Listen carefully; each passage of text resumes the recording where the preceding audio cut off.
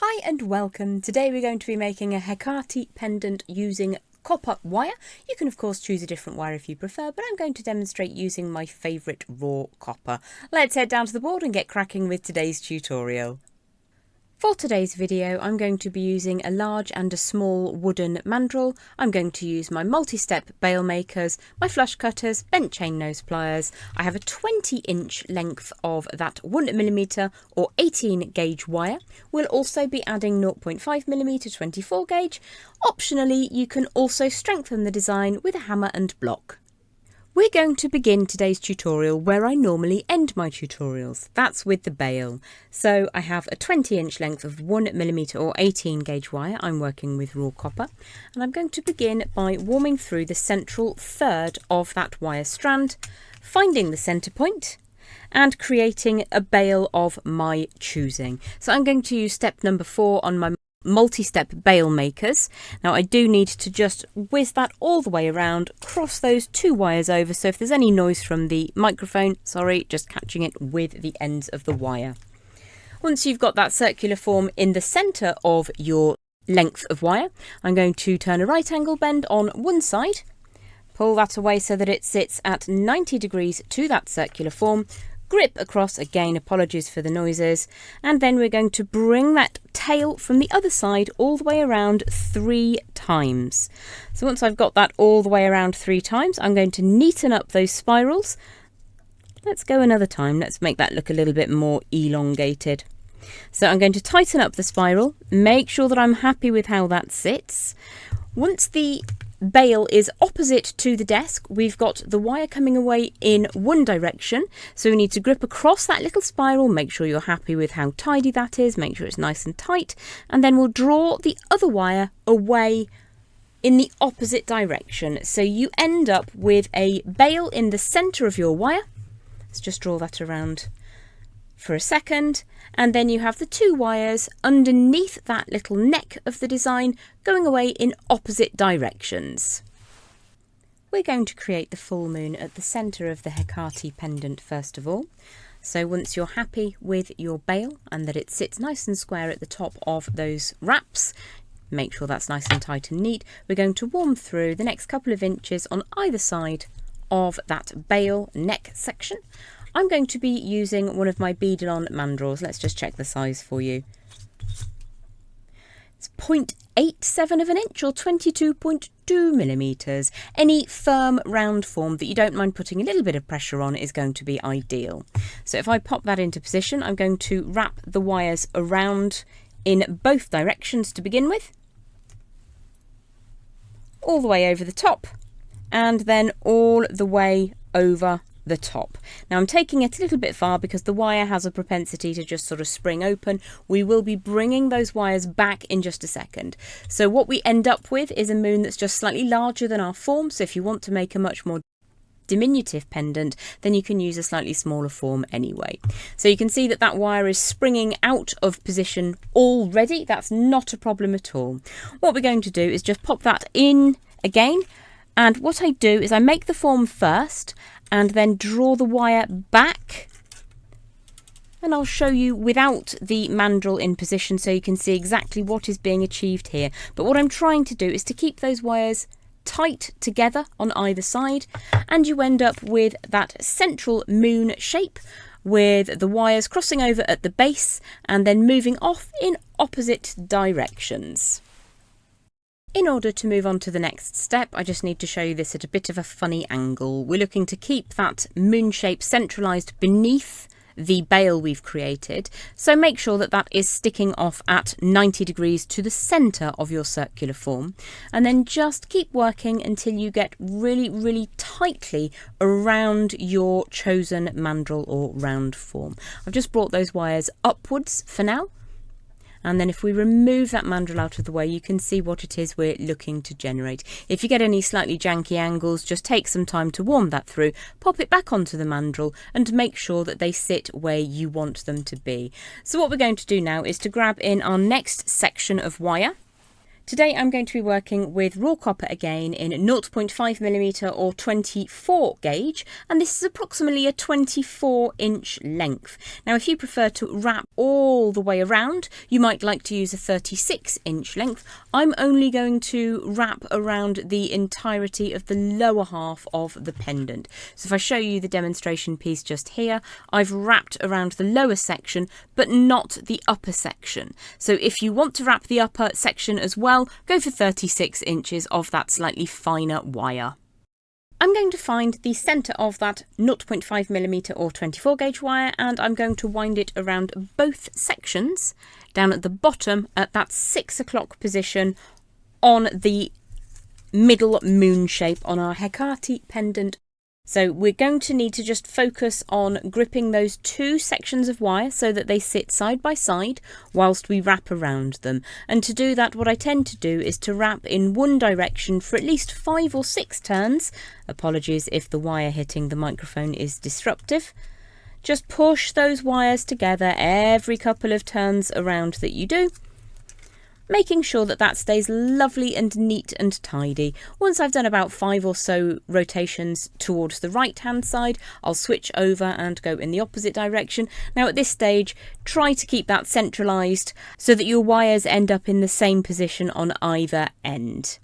So I'm going to switch now to the opposite direction. If you prefer, you can flip it over, or you can practice your left-handedness or opposite-handedness, whichever way makes you happy. So every time you do a couple of rotations of wire, bring that coil neatly together. So let's push that all the way around. What I'm going to do is to continue wrapping in this fashion, keeping the wire stacked on top of the second wire. So you need to keep them side by side and really, really neat and tidy until you get to the 3 o'clock and 9 o'clock position on that middle full moon shape. You may find during this winding process that your moon slightly comes out of form. You can simply slide it back onto your mandrel to make sure that that stays nice and round. Another thing that you can do is to just pull those two ends firmly so that you keep a nice round form for one thing, and so that you keep everything centralised for another. So just keep going and I'll meet you back in a second. I've woven in both directions. I've got a couple of inches of wire left on either end, and that comes to the 3 o'clock and 9 o'clock position on that round form. If anything gets out of shape, pop it back onto the round mandrel you're using. You can also just push that down into a soft surface, pull both of those tails upwards to keep that nice and firm and nicely rounded. So the next thing we're going to do is to generate one of those half moons on the side. So I'm right dominant, I'm going to work over here on this side. Going to warm the first few inches of wire through really nicely, and ideally what we're going to do is basically ignore that tail as much as possible. So I'm just going to push it out of the way for now, and I'm going to use that round form to generate the top part of my half moon. So you don't need to be super literal. You can create the form how your heart desires. I've gone for some quite quirky, almost closed up part moons, but you can be much more traditional in your forms if you prefer. So just go whichever way your heart pulls you. Once you've got that first part of the moon shape in position, I'm going to use the very tip of my bent chain nose pliers to generate the horn of the moon. Now if we take a look just here, let's just pull that out of the way for a second. The wire I'm working with is on top of the central space. On the other side, the wire we'll work with is underneath, so just bear that in mind. What I'm going to do is to bring the wire back on itself. You can create a little stunt arc if you want to and chase that exact size. I'm just going to eyeball it as always. So I'm going to push that back very firmly, but because this wire is on top of the central moon, I'm going to push the tail of wire underneath. That's because when we then create an arc shape to bring around the inside of the moon, it's going to sit neatly against the round form in the middle. When you do the second side and you're looking at the wire that comes underneath, you'll bring this section of wire over the top of that central piece when you're generating this curve. So I'm just going to put my thumb in there to create an arc to begin with, But to get a nice shape that is repeatable on the other side, I'm going to use my smaller mandrel now. This is 1/2 inch or 12.7 millimeters. And I'm just going to pop that inside the form and just draw that around. Now, it does feel a little bit awkward, but you can allow that to sit up much closer to your face and make sure that that sits how you want it to. So I've got the inside of the moon shape now. You can pop that back in any time to generate the full, almost a whole circle if you want to. And then I'm going to grip that wire again, approximately the same, and I'm trying to create this outer moon, one of the part moons, as if it's the same size as the central one. So this is quite large. I'm just going to draw the tip down slightly and then open up the central piece before I commit the bend on the lower part of that moon. So if I grip again across that wire and draw it back towards the middle. To generate a nice smooth arc, you can use the warmth of your body and your thumb just to get that super fluid, and you can basically get the wire to make the shape for you. If you're not comfortable doing that, and I'll just demonstrate that to begin with, if you just give it a bit of a wiggle, it will come back really nicely for you. If you feel that's something you don't want to trust as part of the process, you can use that same round form you began with, pop it very closely underneath the middle of the moon and draw the tail of wire around, and in that way you'll get an arc that is very similar to the one you have at the top. So I'm just going to give that a bit of a wiggle, get it to sit in position. So what I would do before I move on to the next stage of today's Hekate tutorial, I'm going to do the other side. It's exactly the same process, the only difference being because this wire is lower than the central moon. When I make that initial bend and bring the wire back over the middle, I'll take it over the top. We're going to bring everything together shortly, but as an optional extra, once you're happy with the 2 half moon shapes on your Hekate pendant, you may like to hammer and firm up those outer moons. It's not necessary if you don't have a hammer and block, but I'm just going to show you that very, very briefly now. So we don't press down where any of the wires cross over. I'm just going to firm up this outer shape here.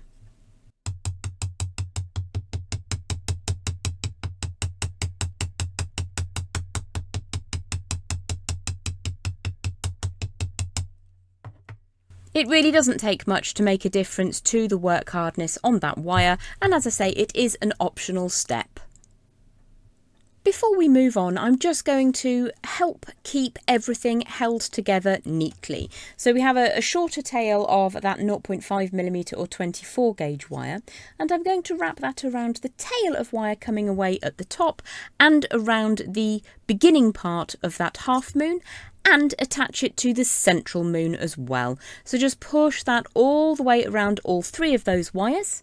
Just hold that in position so you've got 1 wire, 2 wire, 3 wires in a stack. Take that tail, push it down through the middle, and if you have enough to wrap twice, absolutely fantastic. So I'm going to push that wire down the middle one more time. And I'm going to give that a bit of a squish and a squeeze. If you chose to wrap all the way up to the top, you'll have plenty of wire left at this stage.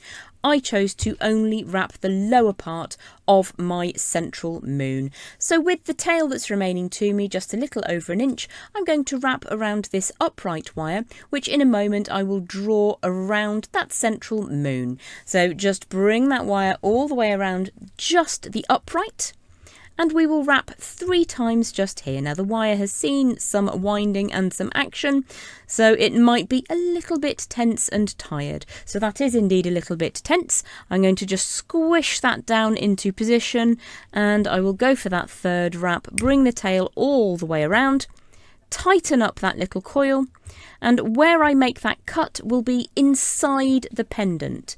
So if you can see down here, there's a small gap right in the middle of all the gubbins. So bring the tip of your cutters into position, trim away that last little bit, and then make sure that the end sits down neatly inside the middle like so. I'll do exactly the same thing on the other side in just a moment.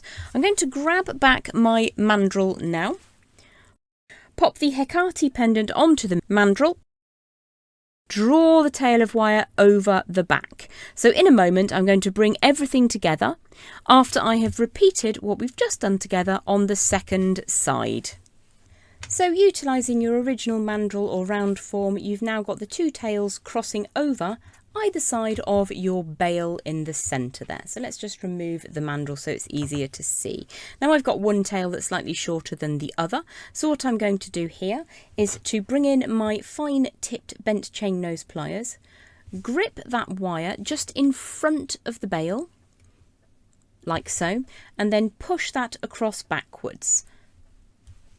Just making sure that you're happy with the final position of your outer moons, because there is a little bit of flexibility.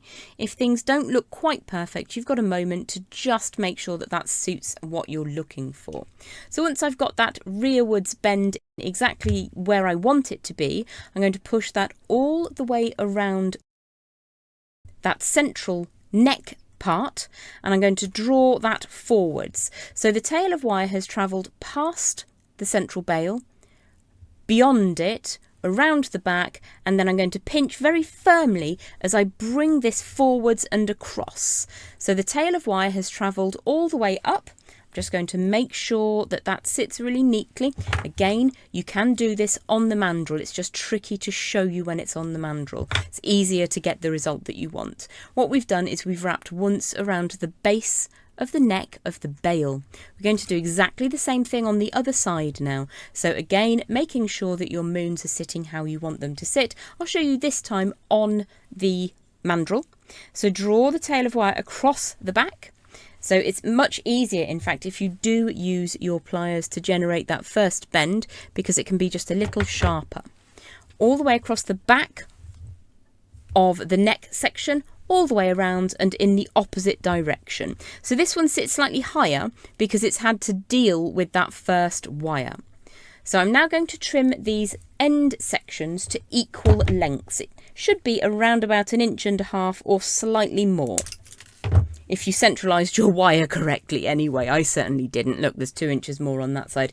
A piece of wire like this, incidentally, is very, very useful, so don't discard it. Hold on to that for making spirals and the such.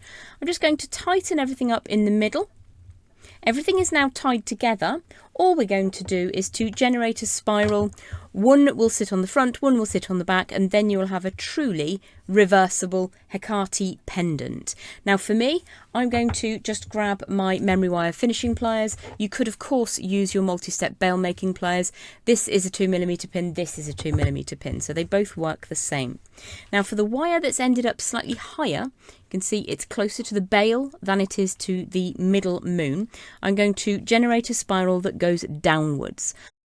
So I'm going to grip across that wire, take that around into almost a circular form, and then I'm going to switch over to my flat facing or bent chain nose pliers to generate a spiral. Now this one is facing downwards because the wire is slightly higher. If I get it to face downwards, when I bring it all the way back to the middle of that bail, I can push it down and it hides all of the gubbins or the connection points. So let's give that a squish, make it nice and flat, get it to sit neatly. On the other side, this wire is slightly lower. Also just noticed it doesn't have a flush cut, so let's trim that away.